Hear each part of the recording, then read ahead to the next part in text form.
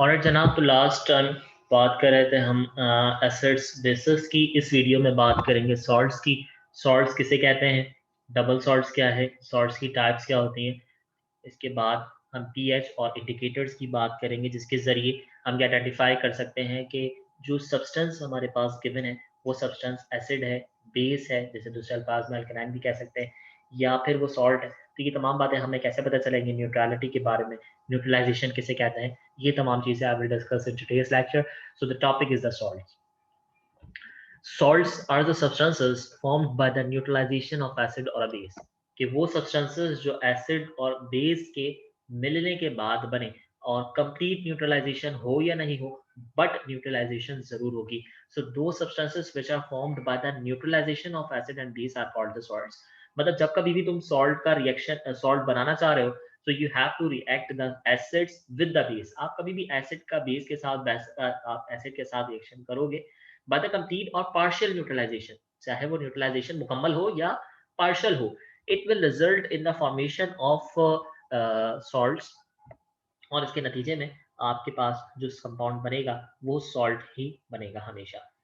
So this is the most simplest definition of the salts. तो मैं इसे ये भी कह सकता हूँ कि ionic compounds which are produced by the neutralisation between acid and base, वो आयोनिक कंपाउंड जो न्यूट्रलाइजेशन के बाद बने। और किस चीज की न्यूट्रलाइजेशन के बाद बने, एसिड और बेस की न्यूट्रलाइजेशन के बाद जो सब्सटेंस प्रोड्यूस्ड होता है, that substance is called as the salt. So the salt contains metal atom from the alkali and part of the acid molecule। तो ये जो salt बनेगा इसके अंदर होगा क्या, it will have a metal atom। इसके अंदर एक metal शामिल होगा जो कि alkali से हासिल किया जाएगा, और दूसरी तरफ and the part of the acid molecule, और acid molecule का कोई part या कोई आयन जो है मौजूद हो सकता है।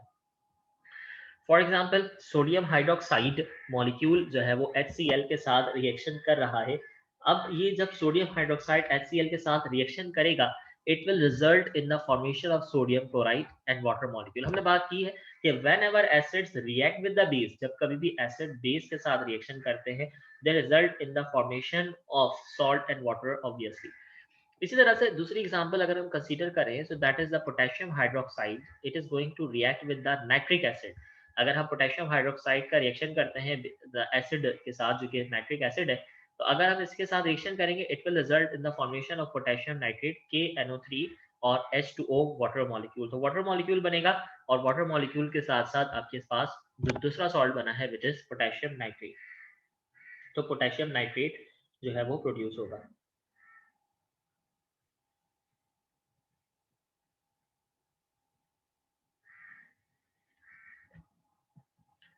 अच्छा, इसके बाद the salts of the sulphuric acid. अब ये थोड़े से सॉल्ट्स के बारे में याद रखिएगा कि अगर हम सॉल्ट्स की बात कर रहे हैं, तो salts of the sulphuric acids are known as sulphates. वो सॉल्ट्स जो सल्फ्यूरिक एसिड की वजह से बने, मतलब आप किसी भी बेस का रिएक्शन सल्फ्यूरिक एसिड के साथ कर रहे हो, अब एज अ रिजल्ट जो सॉल्ट बनेगा, that salt will be called as a sulphate. आप उसे सल्फेट्स कहोगे। इसी तरह से अगर आप जो सॉल्ट हाइड्रोक्लोरिक एसिड के साथ बने, वो सॉल्ट जो है वो क्लोराइड्स कहलाते हैं। जैसे अगर तुम देखो, मैंने यहाँ पर HCl का रिएक्शन किया है NaOH के साथ, तो as a result sodium chloride बना। This salt will be called as the chloride. इस सॉल्ट को हम क्लोराइड सॉल्ट्स कहते हैं। इसी तरह से अगर नाइट्रिक एसिड के जो सॉल्ट्स होंगे जो प्रोड्यूस होंगे, the salts of nitric acid will be called as nitrate. जैसे हमने यहाँ पर HNO3 नाइट्रिक एसिड का रिएक्शन किया पोटेशियम हाइड्रोक्साइड के साथ, जो अब जो सॉल्ट बना दैट इज पोटेशियम नाइट्रेट, क्योंकि हमने इसका रिएक्शन नाइट्रिक एसिड के साथ किया था। तो अगर आप पोटेशियम नाइट्रेट फॉर्मेशन हो, ये लाइक नाइट्रिक एसिड के साथ रिएक्शन करोगे, the salt will be called as nitrate. अगर आप हाइड्रोक्लोरिक एसिड के साथ रिएक्शन करोगे, salt will be called as chloride. अगर आप रिएक्शन करोगे सल्फ्यूरिक एसिड से, तो salt will be called as the sulfate।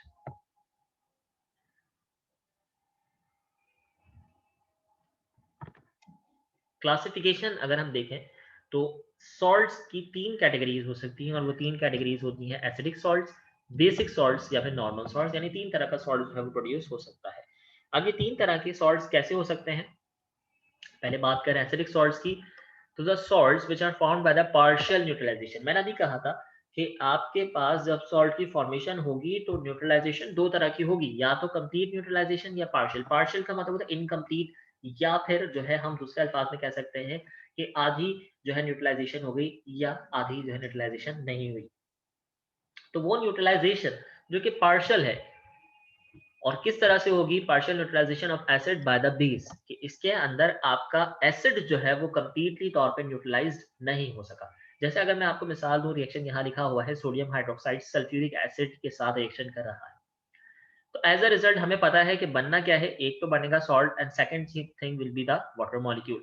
तो यहाँ पे जो सॉल्ट बना that is sodium hydrogen sulphate. ये जो सॉल्ट बना है ये क्या है हमारे पास, सोडियम हाइड्रोजन सल्फेट। सल्फेट क्यों कह रहे हैं, मैंने अभी बात की थी कि अगर आप सल्फ्यूरिक एसिड के नतीजे में बनने वाले सॉल्ट को नाम दोगे तो उसके लिए आप सल्फेट का इस्तेमाल करोगे, तो सोडियम हाइड्रोजन सल्फेट बना। अब अगर यहाँ पे कंप्लीट न्यूट्रलाइजेशन होती तो H पॉजिटिव आयन जो है वो इस सॉल्ट के अंदर मौजूद नहीं होता। ये जो H पॉजिटिव आयन इस सॉल्ट के अंदर हमें नजर आ रहा है, दिस इंडिकेट्स दैट कि सोडियम सल्फेट, सोडियम हाइड्रोक्साइड और सल्फ्यूरिक एसिड के रिजल्ट के अंदर जो सॉल्ट है वो कंप्लीट न्यूट्रलाइज नहीं हुआ। कंप्लीट न्यूट्रलाइज जब भी होगा तो आपको H पॉजिटिव या OH नेगेटिव आयन जो है वो नजर नहीं आता। एग्जाम्पल सोडियम हाइड्रोजन सल्फेट, इसके तरह के सॉल्ट बना सकते हैं। पोटेशियम हाइड्रोजन कार्बोनेट इस तरह के सॉल्ट्स बना सकते हैं। सोडियम हाइड्रोजन कार्बोनेट इस तरह के सॉल्ट्स बना सकते हैं।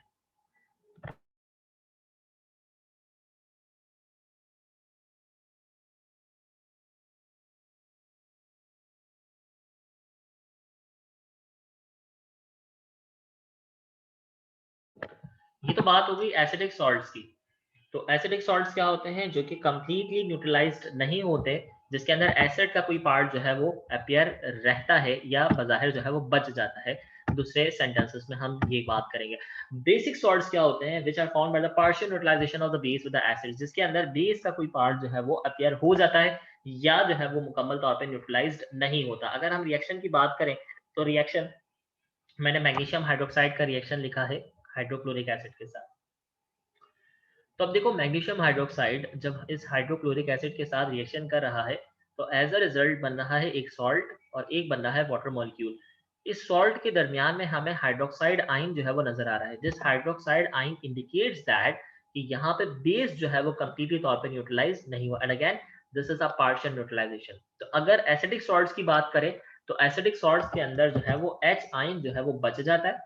तो अगर आपके सॉल्ट्स के अंदर एच आइन नजर आएगा तो आप उसे कहोगे कि ये एसिडिक सॉल्ट है, और अगर आपके पास ओ एच आइन बच जाता है तो आप इसे कहोगे कि ये बेसिक सॉल्ट है। एग्जाम्पल मैग्नीशियम हाइड्रोक्साइड क्लोरीन और जिंक हाइड्रोक्साइड क्लोराइड मॉलिक्यूल, ये वो सॉल्ट्स हैं जो कि आपके बेसिक सॉल्ट्स कहलाते हैं। और न्यूट्रल सॉल्ट्स वो होंगे या नॉर्मल सॉल्ट्स वो होंगे जिसके अंदर एसिड जो है वो कंप्लीटली जो है वो न्यूट्रलाइज हो जाता है बेस के साथ। मतलब एसिड जो है वो बेस के साथ इस तरह से रिएक्शन करता है कि अब आपको उसके कोई आयंस जो है वो नजर नहीं आते। जैसे अगर मैं एग्जांपल दूं, सोडियम क्लोराइड जो है वो रिएक्शन कर रहा है, सोडियम हाइड्रोक्साइड जो है वो रिएक्शन कर रहा है हाइड्रोक्लोरिक एसिड के साथ and it produces the salt which is sodium chloride. तो बना क्या, सोडियम क्लोराइड और वाटर मॉलिक्यूल। इस सोडियम क्लोराइड के अंदर है हाइड्रोजन आयन या हाइड्रोक्साइड आयन दोनों जो है वो नजर नहीं आ रहे। तो this is why it indicates that it is the complete neutralisation. अगर यहाँ पर हमें H पॉजिटिव आयन नजर आता है तो हम ये कहते हैं कि ये एसिडिक सॉल्ट है। अगर OH आयन नजर आएगा तो हम कहेंगे ये बेसिक सॉल्ट। अब चूंकि कुछ भी नहीं है तो this is the normal salt. Example sodium chloride, sodium nitrate, potassium sulphate वगैरह।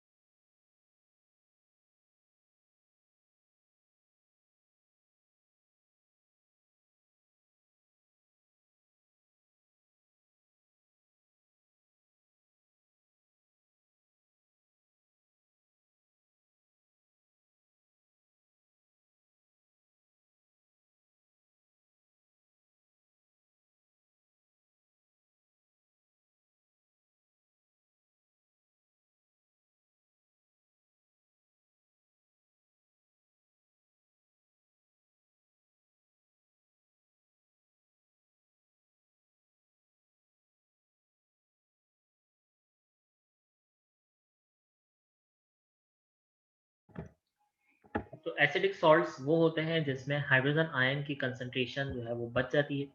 बेसिक सॉल्ट्स वो होते हैं जिसमें हाइड्रोक्साइड आयन की कंसंट्रेशन मौजूद रहती है, पार्शियली न्यूट्रलाइज्ड होता है। और अगर हम बात करते हैं नॉर्मल सॉल्ट्स की, तो इस नॉर्मल सॉल्ट्स में हाइड्रोजन या हाइड्रोक्साइड आयन ये दोनों जो है वो मौजूद नहीं होते। तो वो जो सॉल्ट्स होंगे वो सॉल्ट्स आपके नॉर्मल सॉल्ट्स कहलाएंगे। इसे मैं दूसरे अल्फाज में न्यूट्रलाइज्ड सॉल्ट्स या नॉर्मल सॉल्ट्स दोनों कह सकता हूँ।